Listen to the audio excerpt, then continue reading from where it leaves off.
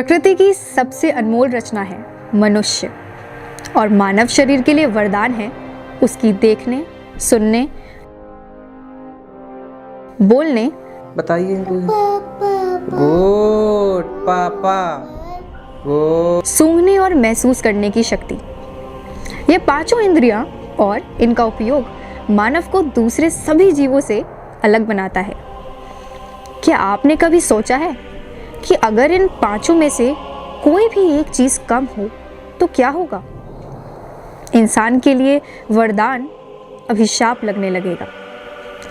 जरा सोचिए, कोई बच्चा जो देख तो पा रहा है पर बोल नहीं पा रहा, वो प्रकृति में होने वाली हर सुंदर घटना को देख रहा है पर सुन नहीं पा रहा।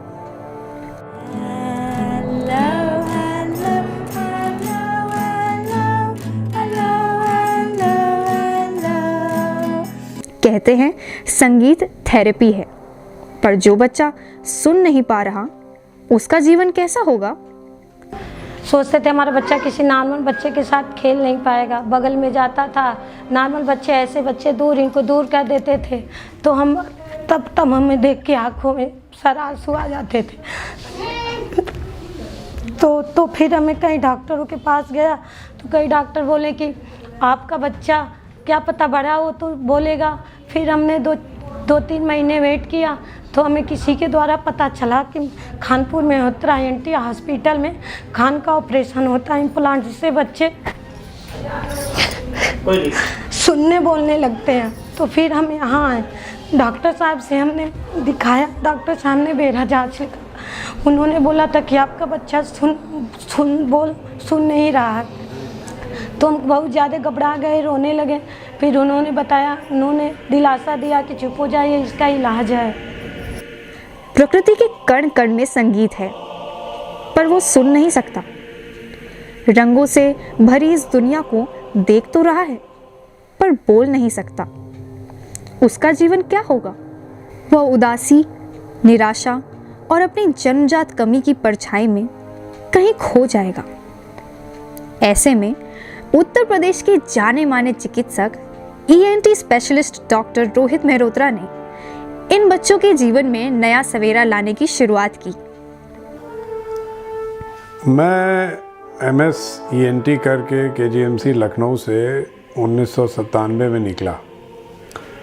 तो उस वक्त जो बहरे बच्चे थे उनका कोई समाधान अपने देश में नहीं था, और विदेशों में ये पता चलता था कि एक कॉक्लियर इम्प्लांट नाम की डिवाइस है जिसको लगाने से ये बहरे बच्चे सुन सकते हैं।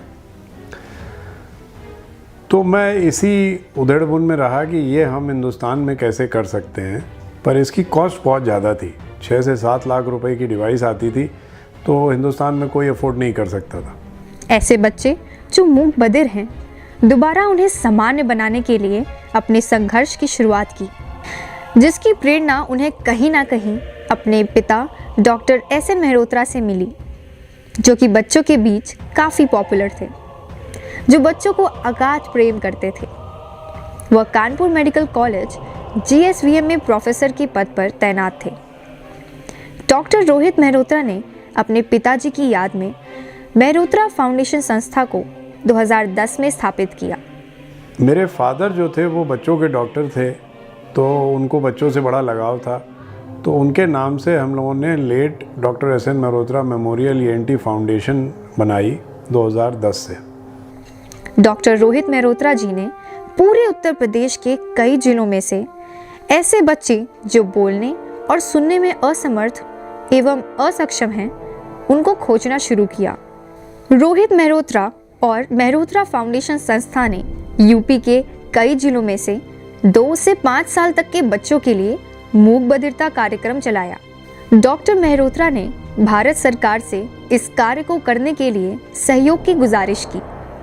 2014 में भारत सरकार ने ADIP योजना की शुरुआत की और ऐसे बच्चों के इलाज के लिए सहयोग देना शुरू कर दिया। 2014 में प्रधानमंत्री नरेंद्र मोदी जी ने हम लोगों की ये समस्या का समाधान कर दिया कि सरकार हमको इम्प्लांट देगी। तो जब ये जो महंगी डिवाइस थी, अब ये फ्री में बच्चों को मिलने लगी। तो वहाँ से ये सिलसिला शुरू हुआ कॉकलियर इम्प्लांट का, और 2016 तक हम लोग इसको शुरू कर चुके थे। सन 2016 से डॉक्टर मेहरोत्रा और मेहरोत्रा फाउंडेशन संस्था बच्चों का मुफ्त इलाज कराते आ रहे हैं। खर्चे की तो बात मत कीजिए, क्योंकि जो पहले हमने जो इस बच्चे के पीछे, क्योंकि हमें यहाँ की इस हॉस्पिटल के बारे कुछ मालूम नहीं था, हमने पहले हरियाणा में वहाँ जांच करवाई, कुछ पैसे वहाँ खत्म हुए। उसके बाद मेडिकल कॉलेज में लॉकडाउन से पहले, लॉकडाउन के बाद 2 साल तक भाग दौड़ करते रहे सर। उसके पीछे हमारी खेती बाड़ी जो भी थी, मतलब सब कुछ हमारा ख़त्म हो गया। उसके बाद जब यहाँ हम आए तो हम ये मतलब कुछ हमें यहाँ पे हमारा एक पैसा नहीं लगा। ऐसे बच्चे जो मूक बधिर हैं, उनकी ऑपरेशन और इलाज में करीब 7.5 लाख से 9 लाख रुपये तक का खर्च आता है। अब संस्था द्वारा यह बिल्कुल मुफ्त में किया जाता है।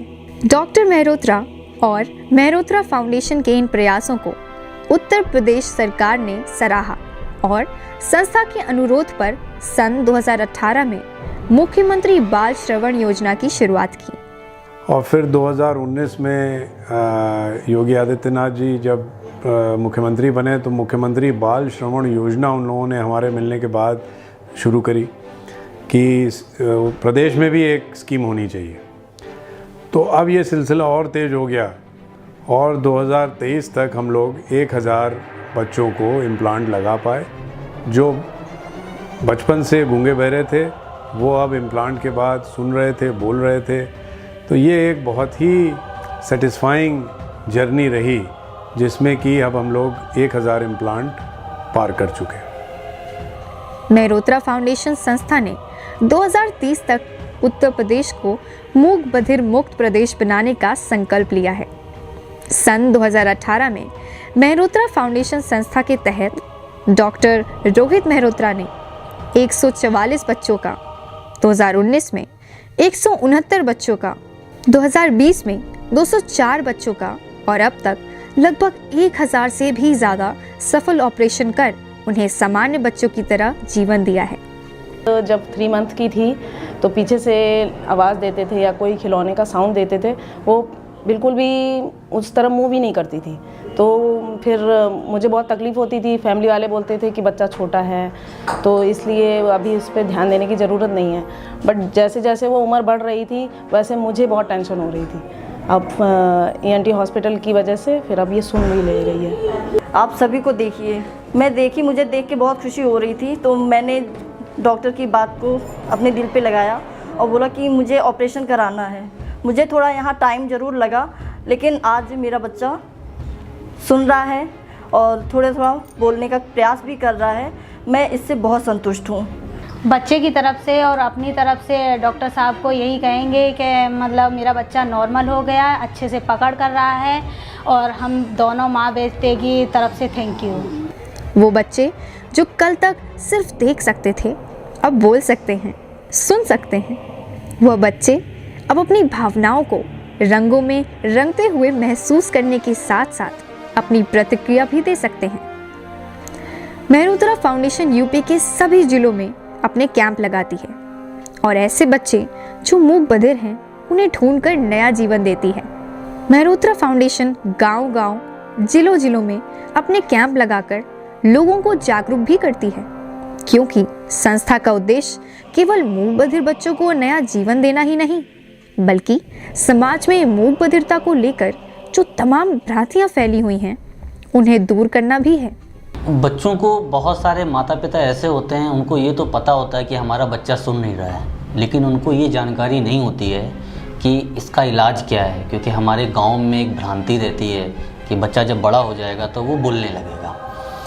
ये जो भ्रांति है इसको ख़त्म करने के लिए हम जिला स्तरीय स्क्रीनिंग कैंप ऑर्गेनाइज करते हैं। बहुत ताने सुने थे कि बताइए ऐसा बच्चा पैदा किया है, क्या होगा क्या नहीं होगा, और कोई नहीं है हमारे परिवार में, ख़ानदान में कोई नहीं है। ये मतलब तो थोड़ा सा सुन के बुरा भी लगता था। ऐसा लगता था कि बच्चा हमारा ऐसा है तो थोड़ा सा ख़राब लगता था। लेकिन सर हम लोगों ने फिर भी हिम्मत नहीं हारी।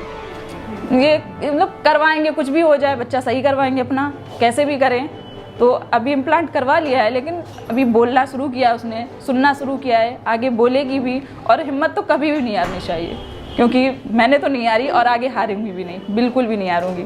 संस्था के इस कार्य में सभी जिलों के मुख्य चिकित्सा अधिकारी, जिला अधिकारी, जिला दिव्यांगजन सशक्तिकरण अधिकारी, DEIC मैनेजर का भी लगातार सहयोग प्राप्त हो रहा है।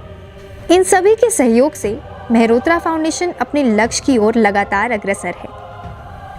सन 2020 में मेहरोत्रा फाउंडेशन संस्था को RBS के राष्ट्रीय बाल स्वास्थ्य कार्यक्रम से भी अनुमति प्रदान की गई, जिसके फलस्वरूप मेहरोत्रा फाउंडेशन अपने इस मूक बधिर मुक्त उत्तर प्रदेश बनाने के कार्यक्रम में तेजी से प्रगति कर रहा है। मेहरोत्रा फाउंडेशन अब यूपी के अलावा बिहार, झारखंड और उत्तराखंड में भी लगातार कार्य कर रही है। जो भी टेस्ट रिक्वायरमेंट होता है, जैसे बेरा, SSR, OE एंड जो हेयरिंग एड टेस्टिंग के हैं, और रिहेबिलिटेशन से संबंधित उनका स्विच ऑन हो गया, मैपिंग हो गया, प्रोग्रामिंग हो गया, वो सारी चीज़ें हम लोग एक ही जगह पे सारी चीज़ों को कर लेते हैं। मेहरोत्रा फाउंडेशन का लक्ष्य है कि वह पूरे देश में मूक बधिरता को दूर करें और 2047 तक भारत मूक बधिर मुक्त देश बने। अब आगे का प्लान बिल्कुल साफ है। हमें भारत को, अपने प्रदेश को मूक बधिर मुक्त बनाना है, और ये लक्ष्य हम लोगों ने रखा है कि 2047 में इंडिपेंडेंस के 100 साल हो जाएंगे। तब तक हमारी कोशिश है कि हम भारत को मूक बधिर मुक्त करें, और इस सिलसिले में हमारी फाउंडेशन लगातार काम कर रही है। भारत सरकार और प्रदेश सरकार के साथ मिलके हम इस लक्ष्य को ज़रूर प्राप्त करेंगे। ये आज हम लोग जिस मुकाम पे पहुँचे हैं उसमें doctor AK Agarwal, mister DR Sareen और डॉक्टर AK सिन्हा, जो अलीयावर जंग इंस्टीट्यूट मुंबई के डायरेक्टर थे, उन्होंने, इन तीनों ने मिलके बहुत सहयोग किया और मोटिवेट भी किया, जिसका नतीजा आज सबके सामने है कि हम लोग 1000 इम्प्लांट पार कर चुके हैं।